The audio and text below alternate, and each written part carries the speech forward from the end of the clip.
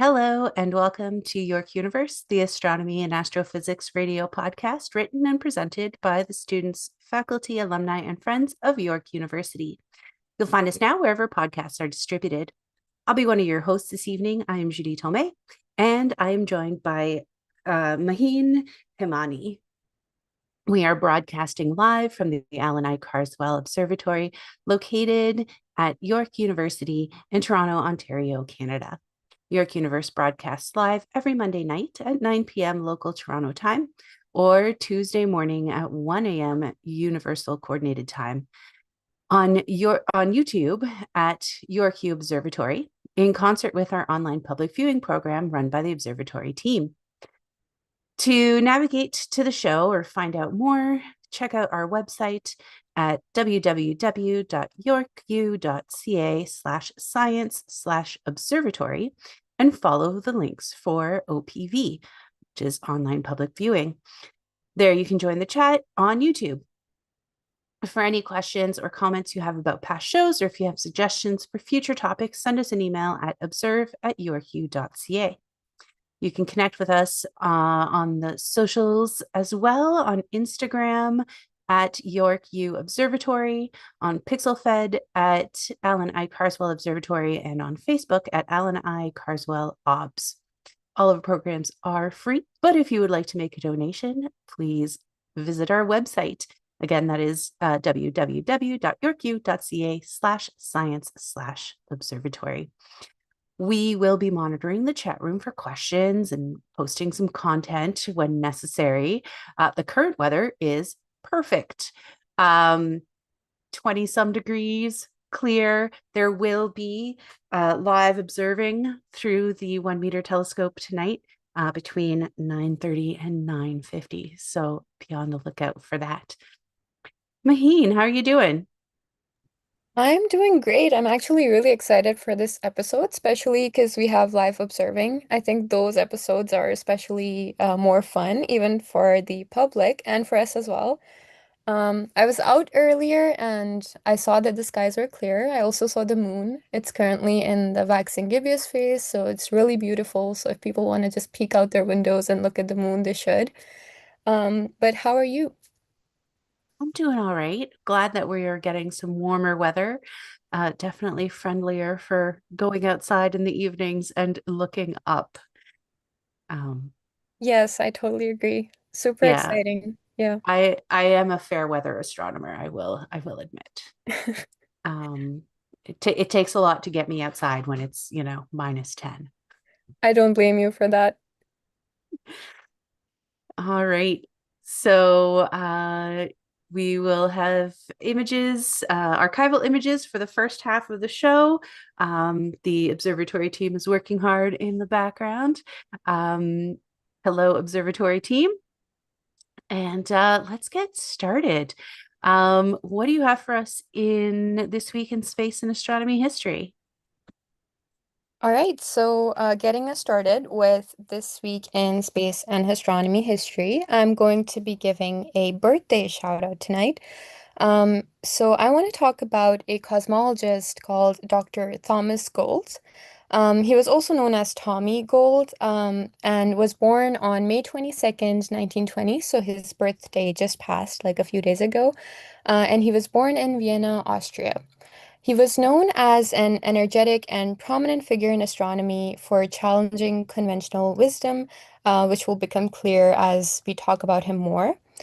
He attended secondary school in Switzerland and finished in 1938, after which he relocated to England before World War II to study mechanical sciences at Cambridge University in the year 1939. During the war, his studies were interrupted and he spent a year in an internment camp where he met a close friend and future collaborator, Herman Bondi, and spent most of his time, around 15 months, at the internment camp in Canada, after which he returned to England and re-entered Cambridge because his studies were interrupted earlier.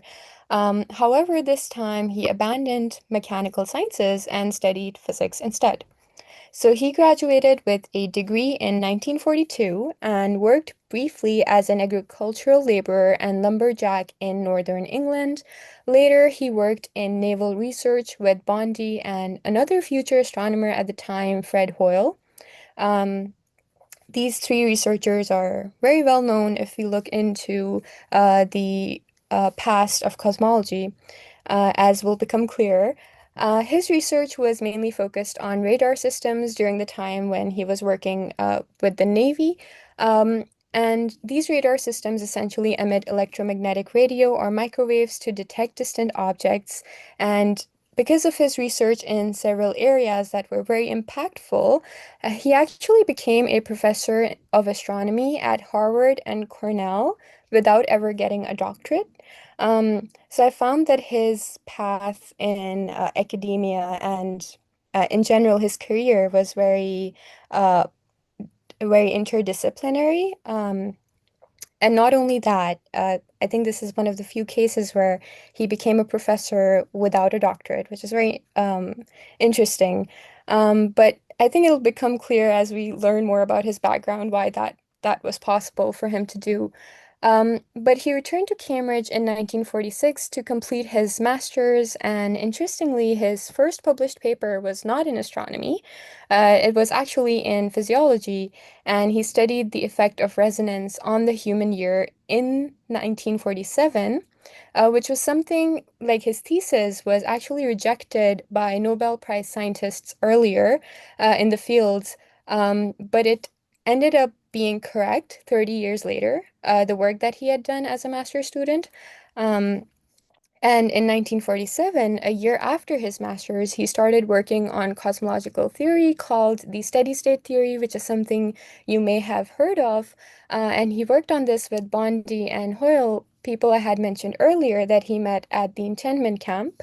And according to this theory, in contrast to the Big Bang theory, the universe had no beginning and no end, and the density of matter in the expanding universe remains constant.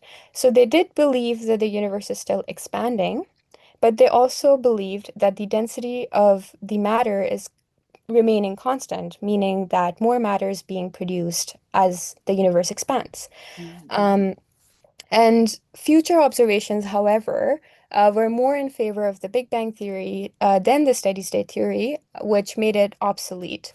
This is one of the cosmological theories that are often discussed in cosmology classes because at that time, this was an interesting concept. And although it was solving some other issues that had persisted with the Big Bang theory, it was not good enough in comparison to the observations. And so it was rejected. In 1957, Gould accepted a professorship at Harvard and also joined Cornell as faculty 2 years after that. And he hasn't had a doctorate. At Cornell University, he became the chairman of the astronomy department and the director of the Center for Radio Physics and Space Research, where he remained until he retired in the year 1986. But even after he retired, he continued writing and doing research. And I think the thing about him that stands out the most is his nonconformist nature. If you look into him, he was labeled a nonconformist due to his development of contrary theories that went against conventional wisdom. To him, however, this was only a fulfillment of his duties as a scientist. So he believed that's what a scientist does, is to challenge ideas. And in this approach, he sometimes proved correct. In 1968, he proposed that the newly discovered pulsars are rotating neutron stars, which was an initially disputed idea, but now we know that this is basically the current model of pulsars. Sometimes, however, he was also wrong. So in the 1950s, he suggested that the lunar surface is coated with a deep layer of fine rock powder, warning that astronauts and landers would sink out of sight if they were to go to the moon. And although this was opposed by many planetary scientists at the time, the unmanned missions sent by NASA to test the strength of the moon's surface proved the existence of a few inches of fine rock powder on the moon. So he was right in the fact that there is fine rock powder on the moon. But he was wrong in the sense that it wasn't deep enough that it would cause the spacecraft or people to sink in any way. And a similar fate was met by his suggestion of the steady state theory, as I discussed earlier. And with the steady state theory, although he was disappointed, he was not distraught and quickly moved on to the next idea, a characteristic we all can learn from while remembering his birthday this month. Not only did he venture successfully into multidisciplinary terrains as discussed, but he also conducted pioneering research on astrophysical topics during his time at Harvard and Cornell, and he studied things such as the cosmic rays, the lunar surface, and solar flares. In 1985, for all of his efforts in astronomy, he was actually awarded the Gold Medal of the Royal Astronomical Society, and unfortunately died of heart disease at the age of 84 in 2004. Overall, he was a very influential figure in the history of astronomy, and so I was really excited to talk about him. Nice. What I love about these birthday shout outs is that I get to learn about people I haven't heard of. Yeah, like I think when I came across him, I also had never heard of him. And then I read into his history and I was like, He's so interesting. How have I never heard of him?" Hmm. Um, I guess there are two reasons one would end up in an internment camp during the war. Do you know what the reason was? So I think he was because he was considered an I think it's something called like an alien Yeah, an person. enemy alien, Yeah, which during yeah. World War II was either because he was, well, but he was from Austria, not Germany. So I know that some Germans were interred because of that. But also, if Yeah. he was Jewish, it could have been because of that. Yeah, it was because of his ethnic background. Yeah, Yeah. which is awful. And I know that in some of the internment camps in Canada, they just put Jewish folks in with Nazis, which is just terrible. Yeah. Yeah, I hadn't realized I'd I'd heard of Fred Hoyle. I hadn't realized Fred Hoyle had been interred. Yeah, they were close friends and they both kind of had different career trajectories in the sense that I think Fred Hoyle studied mathematics for his undergrad, so Mhm. he also didn't do astronomy in the start, but they both ended up in cosmology, and there's also a mention of them discussing cosmology during their time at the camp, which I found so interesting because, it shows the value of science and kind of helping you get through difficult times and still Yeah. persisting. Yeah. Imagine being in an internment camp and just like, yeah, let's chat science. Yeah, exactly. I mean, I guess it's a distraction, right, from what you're Hmm. going through. Definitely an interesting career trajectory. A professor of astronomy, not only without a doctorate, but without a master's degree. He just had a bachelor's degree. Yeah, Uh, he was eventually awarded an honorary degree in 1969, but yeah, he didn't have a doctorate. yeah. Um, and clearly focused on lots of um, different aspects of science. Hmm. Um, the lumberjack and agricultural laborer seems a departure from science, which, hey, you got to pay the bills. Yes. Wow. Thank you for bringing this as your topic for this week. It was very interesting to learn about Thomas Gold. For mine, I'm cheating a little bit because I'm doing a 3 for 1. And we're looking at May 28th and May 29th solar eclipses.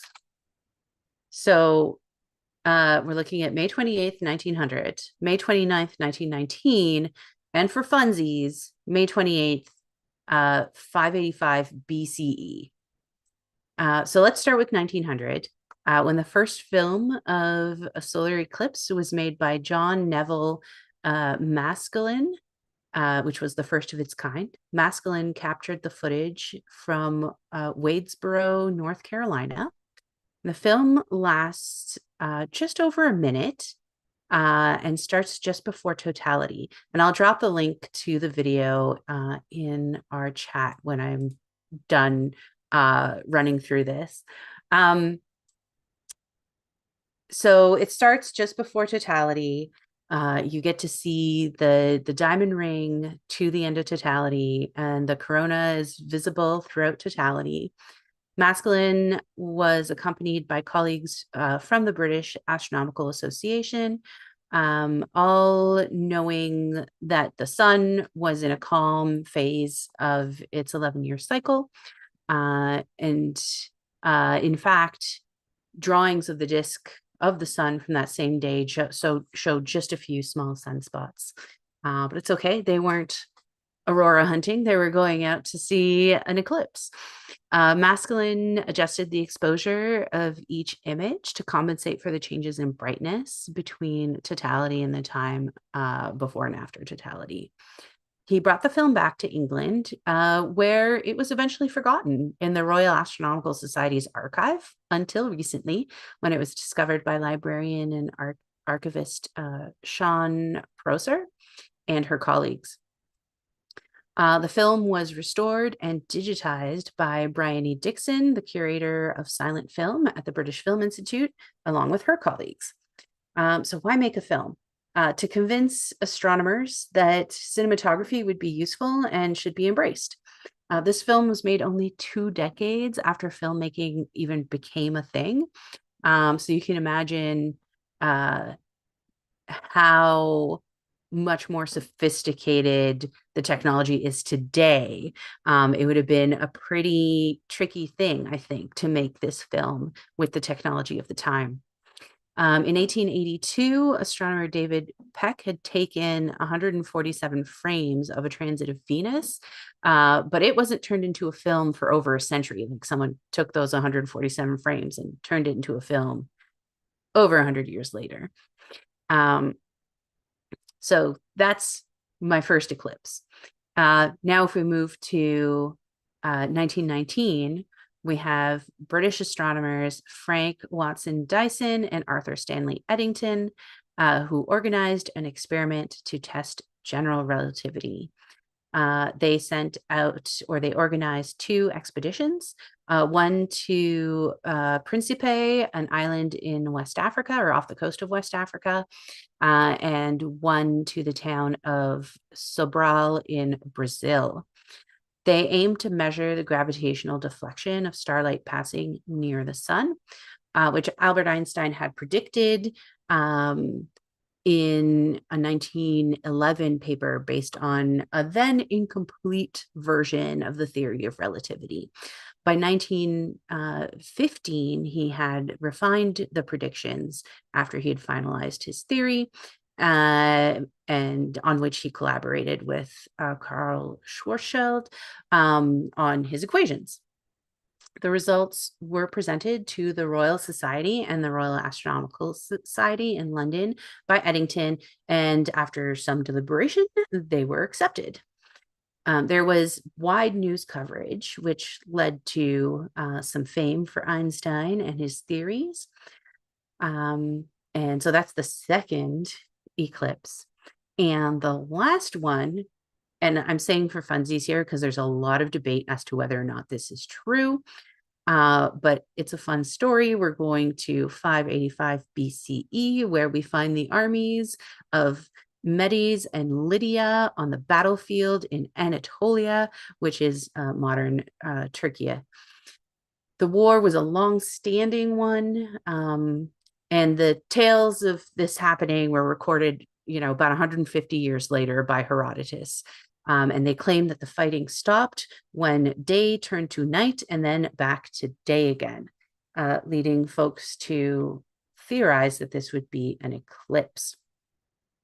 So it's said the eclipse was accurately predicted by Thales of Miletus, who was a Greek philosopher, which, if true, would be the earliest recorded eclipse to be known in advance.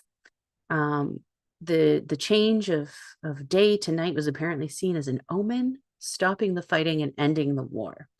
Of course, there's great disagreement on whether the event was an eclipse or something else, and if it was an eclipse, if it was this particular eclipse, and how Thales would have been able to predict the eclipse in the first place. So there was your 3-for-1 May 28th and 29th solar eclipses. That's actually interesting that they thought of it as like stopping of the war. Although I mean, I'm happy that that was the case, but it's interesting how people equalized these events with omens. Uh, Yeah. I guess lunar eclipses in a particular place happen frequently enough. Um, but solar eclipses, you really have to be in the right place, right? Like that narrow band. Um, so I can see how people would be like totally freaked out by that. yeah, it's like a very special event to them because it's so rare. Yeah. And I know that like in different parts of the world, around the same time frame, it was seen as, omens as well. Hmm. Um, I've been told that in ancient China, they would go out and like bang on drums and stuff because they interpreted as a dragon was coming to eat the sun, and you had to scare the dragon away. Um, it was also seen as like omens for how well the emperor, like the fate of the emperor. So these were big deals in a lot of places. Yeah, that's very interesting that it impacted the political landscape. Um, Another thing that stood out to me in your story was that they were trying to convince astronomers that cinematography would be useful. Mm-hmm. So they made a film of the eclipse. Um, and I think this can translate to today as well, where astronomers sometimes underplay the value of artistic impressions when it comes to things like space objects in space. But how useful can they be in communicating that to the public if done the correct way and if the artists talk with the scientists to ensure that it's still accurate? Um, so it kind of reminds you of how it can still be translated to, convincing astronomers to allow art forms in understanding science more and more. Yeah, I guess a modern equivalent might be, and this is going back a little while. I think a lot of scientists have embraced social media, but I remember it being, a little controversial when scientists first started posting about their results and their science. It's like, why are you? Well, it's not published yet. What are you doing? Um, but uh, if you want people to care about what you're working on and to understand what you're working on, you have to meet them where they're at. Yeah. Yeah, I think it goes back to, the purpose of science in the first place. Like, it's not about closing yourself in a room and doing independent research, but not telling anyone of your results.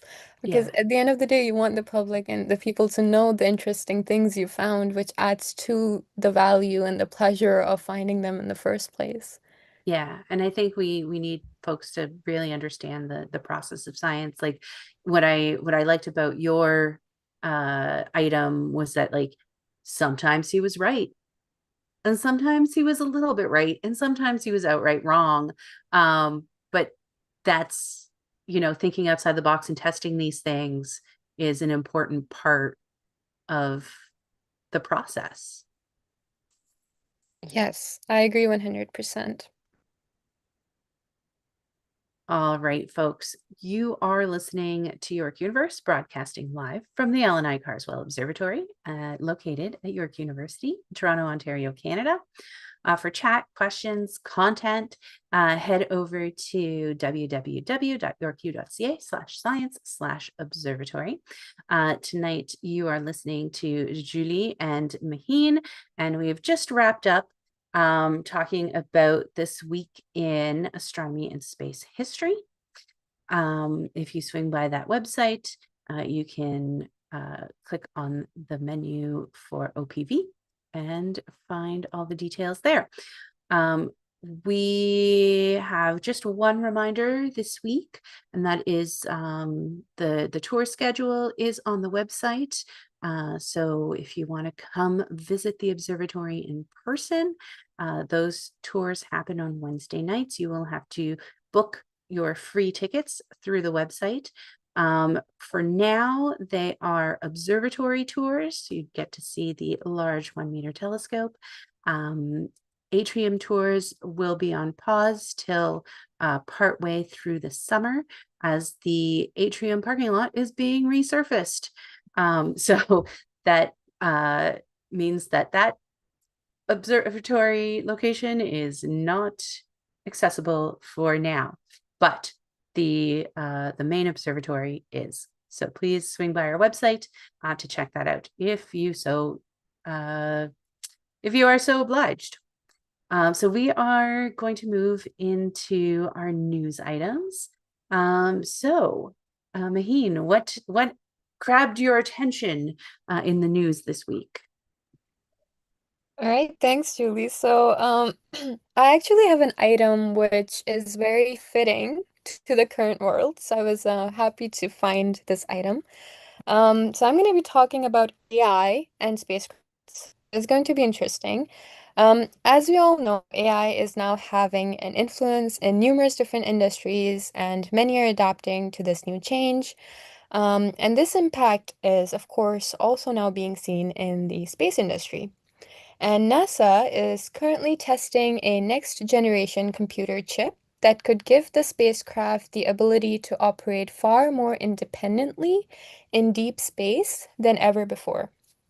So, this is a part of NASA's high performance spaceflight computing project, which is focused on boosting the computing capabilities of spacecraft used in space exploration.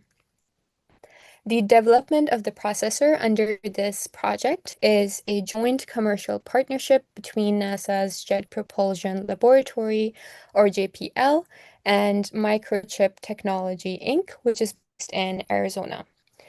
Due to the extreme conditions that are there in space, current missions rely on older processors because of their durability, which makes these chips dependable, but they lack in performance when it comes to more advanced missions.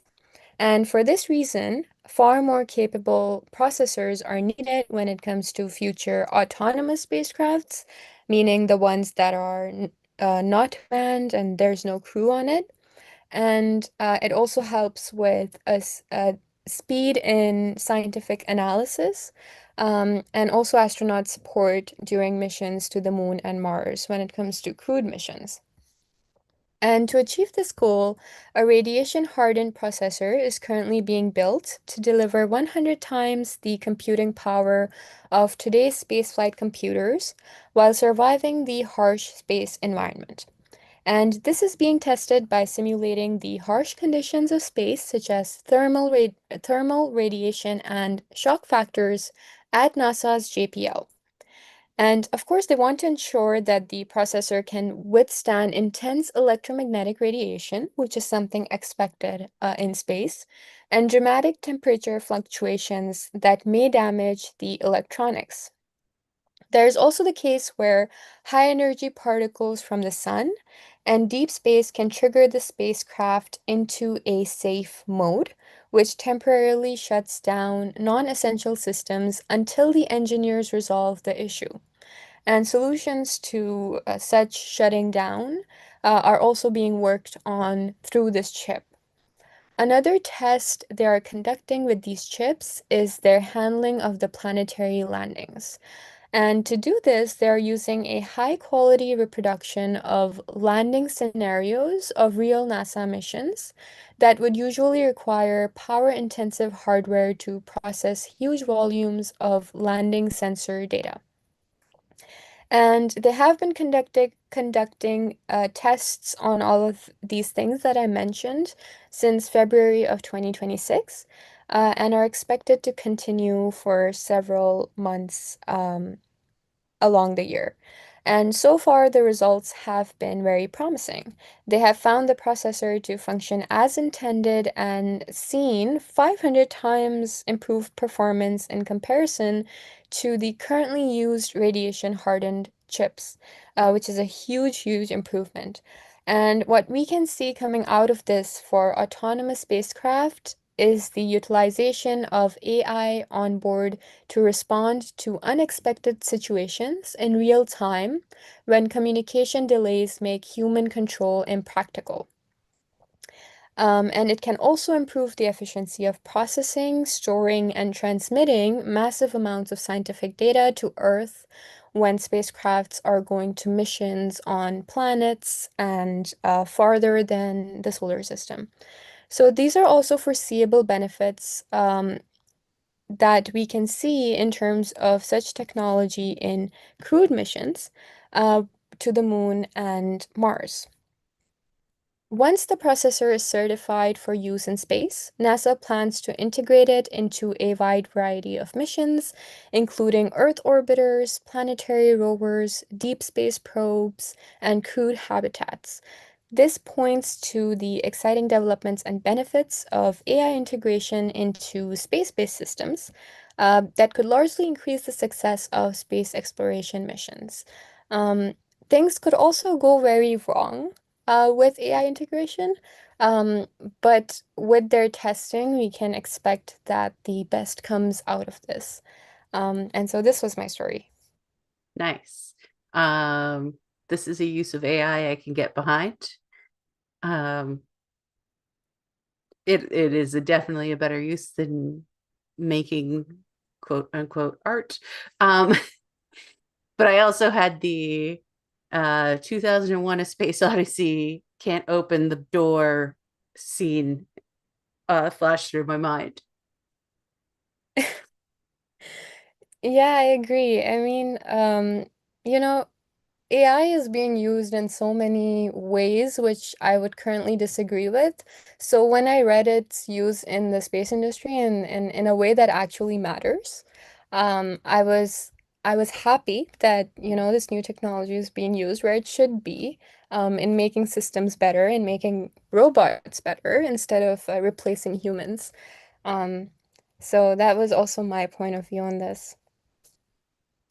Yeah, it'll be exciting to see what sorts of results that we can get once these start being integrated into spacecraft.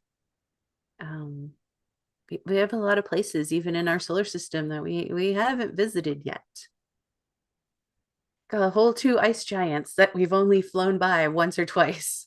Um, it'd be really great to learn more with these new technologies. I guess as with any technology, it's how you use it, right? The technology itself is just a thing. Mm-hmm. Um, I guess my question, I guess, I mean, there's not gonna, how does the data center aspect work? Or just the data center is needed because so many people are using AI these days? Mm-hmm. So I don't know if like what the memory side of things looks like, but I'll be Yeah. interested to see. Yeah, I mean, I guess with NASA and like aerospace companies, they probably have like their own way of doing this already because they already deal with so much data when it comes to space True. missions in comparison to like things that happen on Earth. It's probably like a lot more that they have to do. So I'm assuming that they probably have a different way of already established way of working with data in terms of storage and things like that. But yeah, I'm not entirely sure how they're doing this in the AI aspect of things. More research and learning to be done by us. Yes. Um, we are looking at Jupiter right now through the 1 meter telescope. For those of us, or for those who are currently joining us live, if you are not joining us live, you can head over to YouTube and check that out. So let's move on to our second story. And this has so there's an ancient solar storm that left clues in tree rings, as well as there were clues in a famous poet's diary about red lights in the northern sky. So this news article brings us back to medieval times, but also is about science that's being done in the present. Scientists led by Hiroko Miyahara of the Okinawa Institute of Science and Technology, Solar Terrestrial Environment and Climate Unit in Japan, have studied tree rings to gain insights into the climate of the past. This is a practice called dendroclimatology, and looked at some historical records to learn about the sun's past activity. They found that the solar cycle was several years shorter, and the sun was experiencing an unusually active phase at the beginning of the 13th century. The tree rings suggest that a burst of protons and enhanced coronal mass ejections battered Earth between the years of 1200 and 1204 CE. The solar proton events, or SPE, are a hail of protons accelerated to 9/10 the speed of light by solar flares and coronal mass ejections, or CMEs, because we are really good at three-letter acronyms in astronomy. They can be very dangerous to astronauts and to spacecraft. And down on Earth, the magnetic field protects us for the most part, but some protons get through and collide with gases in the atmosphere, which creates carbon-14, which then becomes part of living organisms like trees. The historical documents in question that were used by Miyahara's team is called Mei Getsuki, and it was the diary of Fujiwara no Teika, who was a courtier and a poet that lived between 1162 and 1241. While the SPEs don't cause aurora, the CMEs that accelerate them do. So looking for records of aurora is a useful place to start the hunt. And Fujiwara recorded that he saw, quote, red lights in the northern sky over Kyoto, end quote, in February of 1204. Kyoto is at a low latitude for observing aurora, which indicates that there was a solar storm happening. So the red aurora were also recorded by Chinese astronomers at about the same time. And the team of scientists studied the remains of Asunaro trees from the turn of the 13th century. And they found carbon-14 in the tree rings that dated from the winter of 1200 to the spring of 1201. And while extreme SPEs are dangerous, sub-extreme ones, which have energies that are 10 to 30% of extreme ones, are also dangerous, but harder to detect. So this new method allows for the detection and study of historical sub-extreme SPEs. And then using the data from the sub-extreme events, the team reconstructed the solar cycle of the period and found it to be between 7 to 8 years long. Previous studies of carbon-14 and beryllium-10 in ice cores, tree fossils, and sediments had also shown that the solar cycle has varied in length and activity over the past 11,000 years. So an interesting use of tree rings. This was very fun to hear actually, because you referred to some of the older findings of this. Um, and what I was wondering was how, if they detected these things in Japan and also in China, but they probably weren't able to communicate this with each other at that time, most likely. So it's interesting how we were able to find that today from the historical records. Yeah, and like the Chinese are known for having loads and loads of astronomical records. Um, so I guess you're kind of close by. It makes sense to go looking through those records as well. Um, I mean, there definitely has been relationships between these two countries through, and not always peaceful, but trade relationships and that stuff too. I don't know that folks would be talking necessarily about like, hey, I saw some red lights in the sky last night, but maybe they would. um but I just found it interesting. Like, I would not have thought, how I'm going to learn about aurora? By looking at trees. Yeah, yeah. Um, yeah, I don't know, it's making me think of like scientific collaboration, although it's kind of like I don't know if they were thinking of this as exactly a science at that time. Would you say they were looking at it as a scientific event or just something that they observed? Because it was found like in a poet's diary, right? I imagine like the historical documents were just a document of like, here's what's going on.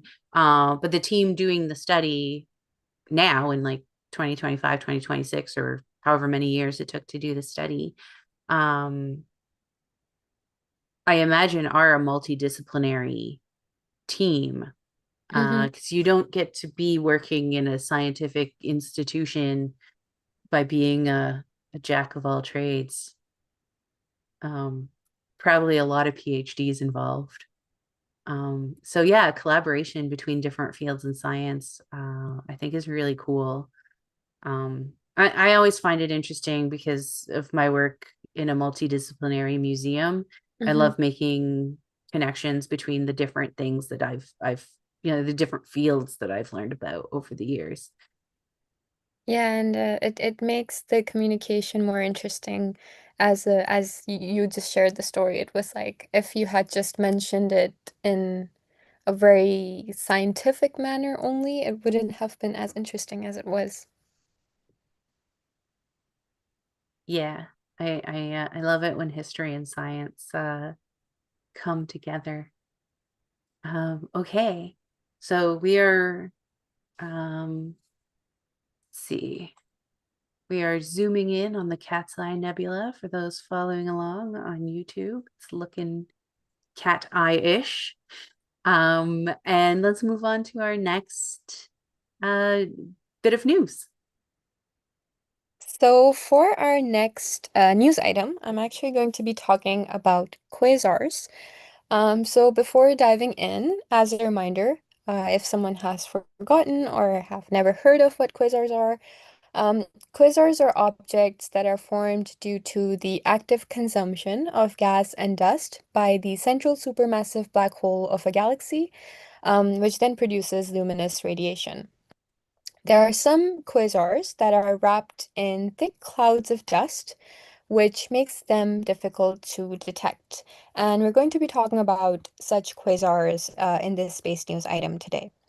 Um, Such dust-obscured quasars are called reddened quasars due to their red color. This color is a result of the absorption of shorter blue wavelengths of light alongside the passing of the longer red wavelengths from the dust cloud. In a recent study, astronomers have revealed 77 new hidden heavily reddened quasars, also known as HRQs. So I'm going to be referring to them as HRQs in the story.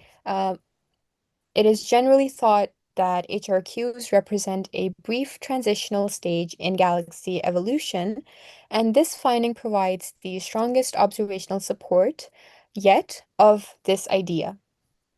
In the leading theory of galaxy evolution currently, this phase of heavy dust obscuration around quasars is considered to be brief but violent and is believed to be triggered by galaxy mergers. So The way that this works is that when two galaxies collide, gas floods inward, simultaneously sparking intense star formation due to a huge influx of gas and feeding of the central black hole. The dust surrounds this process and makes radiation-driven winds even more powerful, resulting in extreme feedback and eventual blowing away of obscuring material. As I mentioned earlier, the dust obstruction of HRQs makes them impossible to detect in optical surveys because all of the blue light is blocked. And so, for this reason, so far only 50 such quasars have been found using a time-consuming process of hunting them down one at a time with a single target infrared telescope instead of doing a whole survey. So, with a sample so small, it is difficult to confirm the theoretical understanding of this potential transitional phase of galaxy evolution. And so, for this reason, this current discovery of 77 HRQs is so powerful because it adds to the sample we have so far. And the larger the sample, the more we can be sure about the insights that we are getting out of it. And we can then feel that our understanding of galaxy evolution is more concrete because we have more evidence. So, this discovery was made by a team led by Matthew Stepney of the Center of Excellence in Astrophysics and Related Technologies in Chile using infrared data and spectrophotometry from NASA's Sphere X telescope. The observed quasars are from the time when the universe was between 1.6 and 4.3 billion years old, so it was relatively young. Um, and with seven of these 77 quasars were the first HRQs ever identified within the first 2.1 billion years after the Big Bang. On further analysis, it was found that these HRQs may be caught up in a blowout phase. So this is a phase when powerful feedback from an actively feeding black hole, and by feedback, it's like the energy and the momentum that is produced from the black hole being fed. It starts to clear away the dusty cocoon around the galaxy's core. And this is sort of considered as the blowout phase. And the conclusion of it being the blowout phase was made due to a lack of hot gas detected in these quasars. Although um, they were the most intrinsically luminous quasars known. So, although that they're so luminous, there's still a lack of hot gas, which means that the gas must have been displaced from around the quasar, from which they concluded that it must be in a blowout phase where it's clearing the dusty cocoon around the galaxy's core. Further studies using an even greater sample of HRQs will confirm and strengthen these findings. As I said that, we still don't have enough data. We had 50, now we have 77 more, and they're all in different times since Big Bang. Um, and the understanding of HRQs being a transitional phase in galaxy evolution, and what it implies can further be understood by looking at a greater sample and then concluding from it if our understanding of galaxy evolution with respect to HRQs stands or not. Wow, more than doubled the number in one study. That's amazing. Yeah, it's actually very exciting.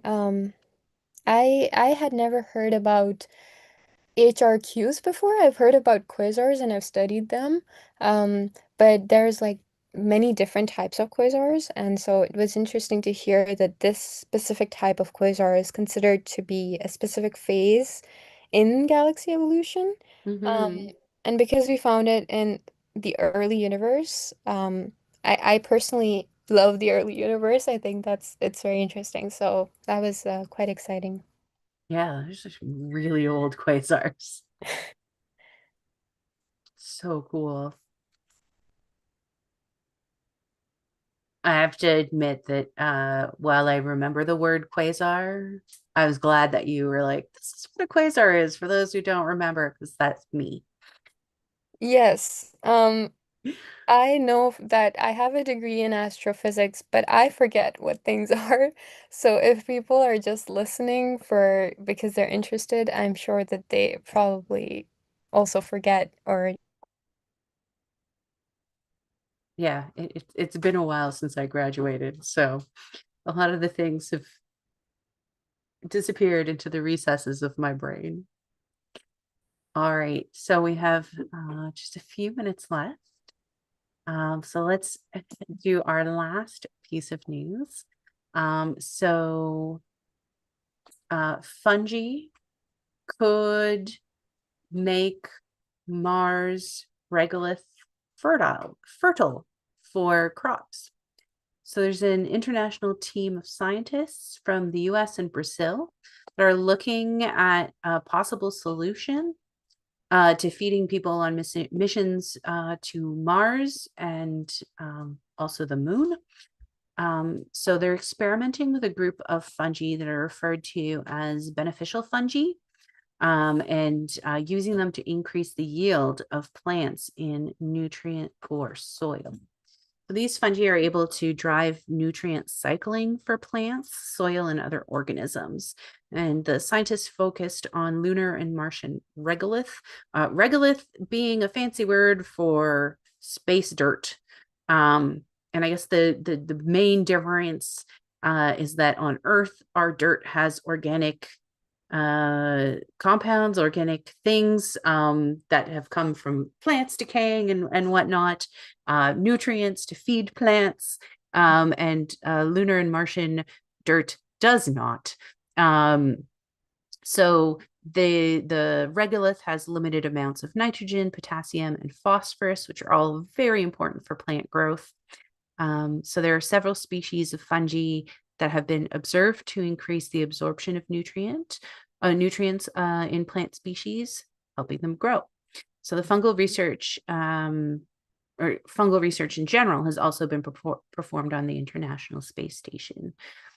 So their results suggest that using arbuscular mycorrhizal fungi, or AMF, which have been used as a microscopic extension to a plant's root system since the mid 1800s. So finding ways of using the regolith instead of having to ship soil from Earth will reduce the cost of long-term lunar missions and missions to Mars, as the spacecraft will be lighter and thus require less fuel. This is an example of in situ resource utilization that will be important for long crewed missions, adding to examples linked to getting water and fuel from resources available on the moon and Mars.